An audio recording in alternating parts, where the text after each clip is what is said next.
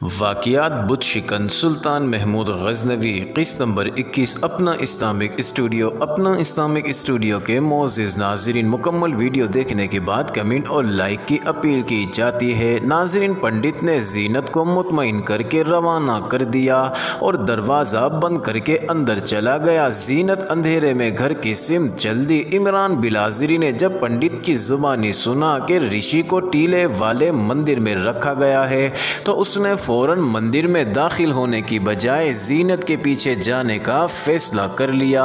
वो ओट से निकला और दबे पाँव ज़ैन के पीछे चल पड़ा। आगे दरख्त और झाड़ियाँ शुरू हो गई मगर ज़ीनत बग़ैर खौफ व ख़तर चलती जा रही थी। इमरान ज़ीनत की दलेरी और बेगैरती पर बहुत हैरान हुआ कि एक लड़की को अपनी राह से हटाने की खातिर अपनी इज्जत तक पंडित के हाथों गिरवी रख दी। इमरान को बहुत ज़्यादा गुस्सा आ गया था। उसने ज़ीनत को यहीं पर कत्ल करने का इरादा कर लिया।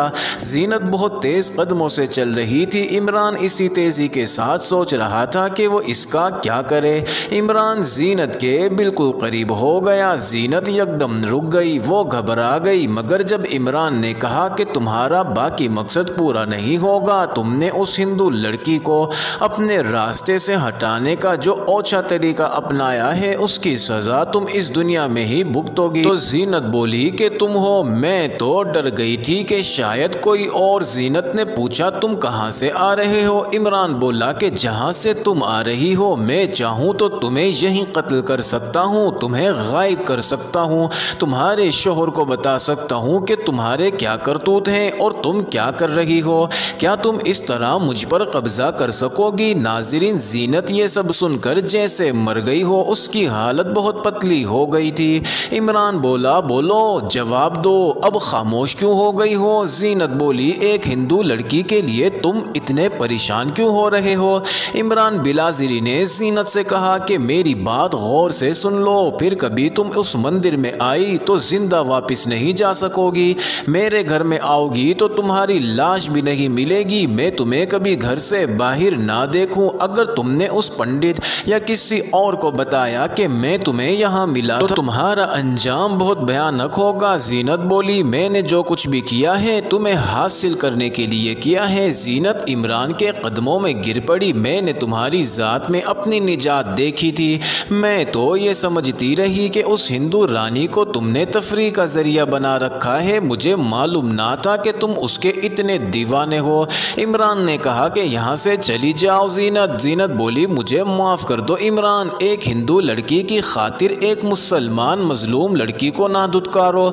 इमरान ने कहा कि तुम मजलूम नहीं हो, जालिम हो। और उसके साथ ही ज़ीनत को इतनी ज़ोर से पाँव से ठोकर मारी कि वो पीछे जा गिरी। मैं तुम्हें मुआफ़ कर सकता हूँ लेकिन अल्लाह तुम्हें मुआफ़ नहीं करेगा। तुम तड़प तड़प कर मरोगी, उम्र भर पल पल सज़ा भुगतोगी, रातों को चैन की नींद सो नहीं सकोगी। इमरान ज़ीनत को ज़मीन पर बैठा छोड़कर चल पड़ा। अभी वो थोड़ी ही दूर गया होगा कि उसे ज़ीनत की चीख सुनाई दी। वो रुक गया। उसने देखा कि ज़ीनत उसकी तरफ चीखती हुई दौड़ी चली आ रही थी और आते ही इमरान के कदमों में लेट गई। उसका जिस्म खौफ से थर थर काँप रहा था। वो बोली इमरान मुझे घर पहुंचा दो, मुझे डर लग रहा है। वहाँ मैंने कुछ देखा था, कोई चीज़ थी जो बहुत तेज़ रोशन हुई और उस रोशनी में मुझे ऋषि नज़र आई थी और रोशनी के गायब होते ही ऋषि भी गायब हो गई थी। क्या तुमने वो रोशनी देखी थी? इमरान ने कहा कि एक औरत को इस अंधेरी रात और तन्हाई में छोड़ते हुए शर्म आती है, लेकिन याद रखो इस मजलूम औरत का खून तुम्हें एक पल भी चैन नहीं लेने देगा। तुम पल पल तड़पती रहोगी। ज़ीनत ने कहा कि खुदा के लिए मुझे मेरे घर पहुंचा दो, मैं अकेले घर नहीं पहुंच सकूंगी। इमरान को उस पर तरस आ गया और उसने उसे साथ चलने का कहा। इमरान उसके आगे चल पड़ा। नाज़रीन, ज़ीनत ने इमरान का बाजू मजबूती से थाम रखा था और वो इधर उधर डरती हुई देखती चली जा रही थी। घर के सामने पहुंचकर इमरान रुक गया। ज़ीनत ने कहा मैं क्या करूं? इमरान ज़ीनत के यख ठंडे मौसम की वजह और खौफ से दांत बज रहे थे। इमरान बोला अपने गुनाहों का कफ़ारा अदा करो। ज़ीनत बोली कैसे अदा करूं? इमरान बोला जब पक्का इरादा कर लोगी तो मुझे बताना, मैं कोई तरीका बता दूंगा। ये कहकर इमरान अपने घर की जानिब चल दिया। हस्बे मामूल अगले रोज इमरान बिलाज़री राजमहल गया और औरेज़ी और बल्खी को नाश्ता करवाया। इतनी देर में दोनों का राजमहल से बुलावा आ गया। मोअज़्ज़िज़ नाज़रीन, पिछले बाब में आप पढ़ चुके हैं कि राजा और कैदियों के दरमियान क्या बातचीत हुई और किस तरह औरेज़ी और बल्खी ने राजा को महमूद की झूठी जंगी चालें बताई और ये भी बताया कि वो राजा की फौज को ये चालें अमली तौर पर समझाएंगे और उनका तोड़ भी समझाएंगे। उन्होंने ये शर्त रखी कि उन्हें आज़ाद ना किया जाए, बस संतरी हटा दिए जाएं ताकि जो कैद का उन पर असर है वो ख़त्म हो जाए। उन्होंने राजा को मुकम्मल एतमाद में ले लिया। राजा ने उसी वक्त तमाम संतरी हटा देने का हुक्म दे दिया। राजा से मिलने के बाद औरेज़ी और बल्खी वापस कमरे में आए तो उन्होंने इमरान बिलाज़री को बताया कि राजा जयपाल को खबर मिली है कि सुल्तान सुबुक्तुगीन फौत हो गया है और अब महमूद सुल्तान बन गया है। उन्होंने ये भी बताया कि राजा की बातों से मालूम होता है कि वो बहुत जल्द गजनी पर हमला कर देगा। राजा बहुत खुश है, सुबुक्तुगीन मर गया है और अब वो गजनी पर हमला करके महमूद को शिकस्त देकर गजनी पर काबिज हो जाएगा। नाज़रीन, सुल्तान सुबुक्तुगीन के वफ़ात की खबर ने तीनों को परेशान कर दिया था। वो सोचने लगे कि सुबुक्तुगीन की वफ़ात का गजनी की फौज पर क्या असर पड़ेगा। औरेज़ी और बल्खी ने महमूद को एक दो बार दस्तों की कमान करते और लड़ते हुए देखा था। इस हद तक वो मुतमईन थे, लेकिन उन्हें ये मालूम नहीं था कि महमूद सिपा सलारी की कितनी काबिलियत रखता है। वो अपने बाप की तरह कम फौज से इतने बड़े लश्कर को शिकस्त दे पाएगा या नहीं। अब उनके लिए ज़रूरी हो गया था कि वो राजा की कैद से जल्द आज़ाद होकर गजनी पहुँचे और महमूद को राजा के अज़ाइम और उसकी जंगी क़ुव्वत के मुतालिक आगाह करें। इमरान ने उन्हें ऋषि के मुतालिक बता दिया कि वो इस हिंदू लड़की को दिलो जान से चाहने लगा है। वो इस्लाम कबूल करने के लिए भी तैयार थी, मगर पंडितों ने उसे इंसानी कुर्बानी के लिए मुंतखब कर लिया है। नाज़रीन, बिलाज़री ने उन्हें बता दिया कि वो इन दोनों को लाहौर से ज़रूर निकाल देगा, मगर वो उस लड़की को भी आज़ाद कराएगा और उसके लिए एक चैलेंज बन गई है। कमरे के संतरी हटाए जा चुके थे। बिलाज़री ने उन्हें उसी रात फरार कराने का प्रोग्राम बना लिया। नाज़रीन, इमरान रात का खाना उनके लिए मामूल से कुछ देर बाद ले आया। उसने उनको खाना खिलाया और बर्तन उठाकर उनके कमरे से बाहर निकला और राजमहल के मुहाफिजों के सामने से गुजरा। कहीं रुका, गपशप लगाई, कहीं चलते चलते बातचीत की और सबके सामने महल के दरवाजे से यूं बाहर निकला जैसे घर चला गया हो, मगर वो घर नहीं गया बल्कि घूमकर राजमहल के पीछे की तरफ आ गया। पीछे बाग था और रात के वक्त यहाँ कोई नहीं होता था।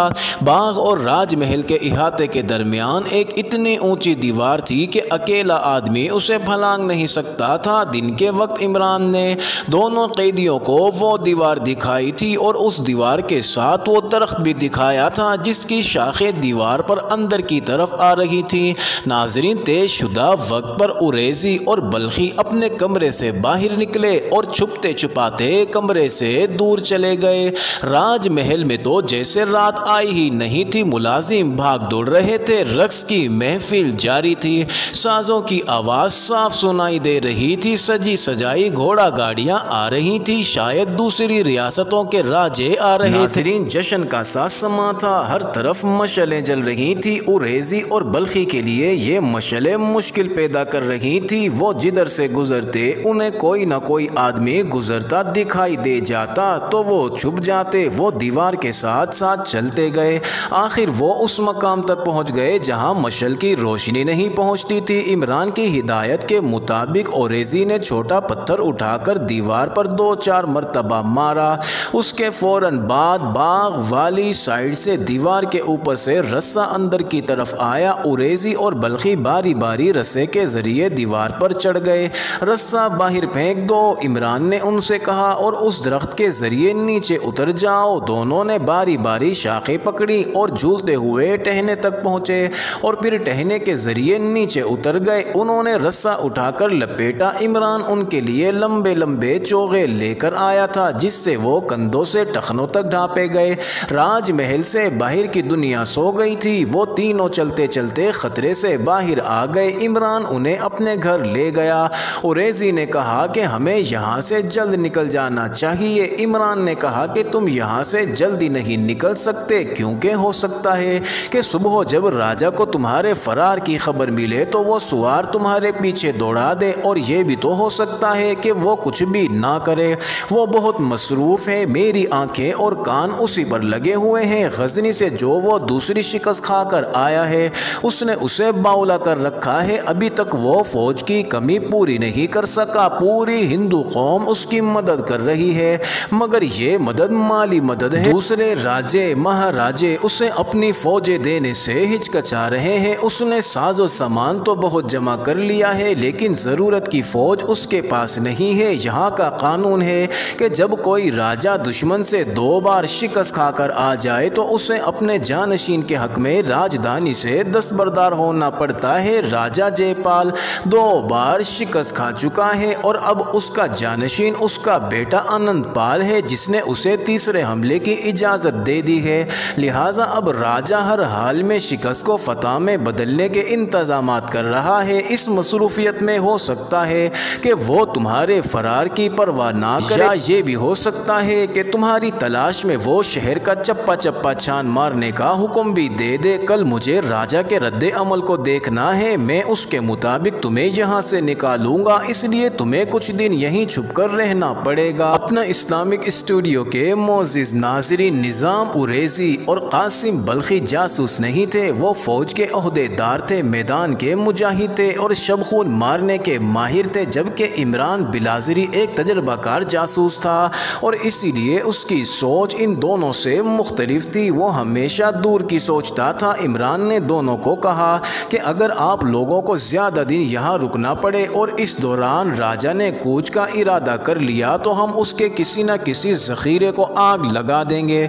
दोनों ने पूछा, क्या ये मुमकिन है? इमरान ने कहा कि क्या मुमकिन नहीं हो सकता था, मगर यहाँ जो अपने आदमी थे वो आपस में लड़ मरे थे। उनकी लाशों के पास एक लड़की की भी लाश मिली थी।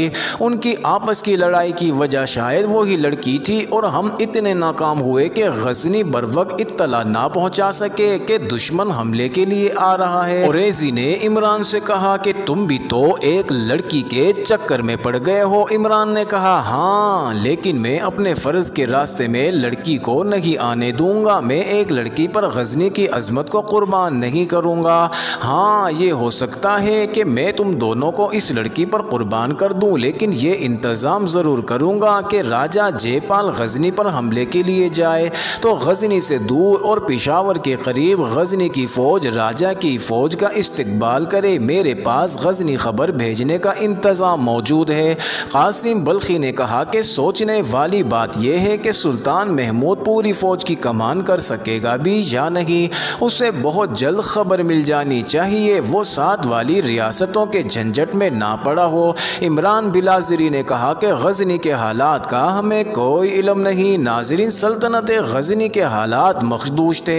सुबुकदुगीन की वफ़ात के बाद उन मुसलमान हुक्मरानों ने सर उठाने शुरू कर दिए जिन्हें सुबुकदुगीन ने दबा रखा था।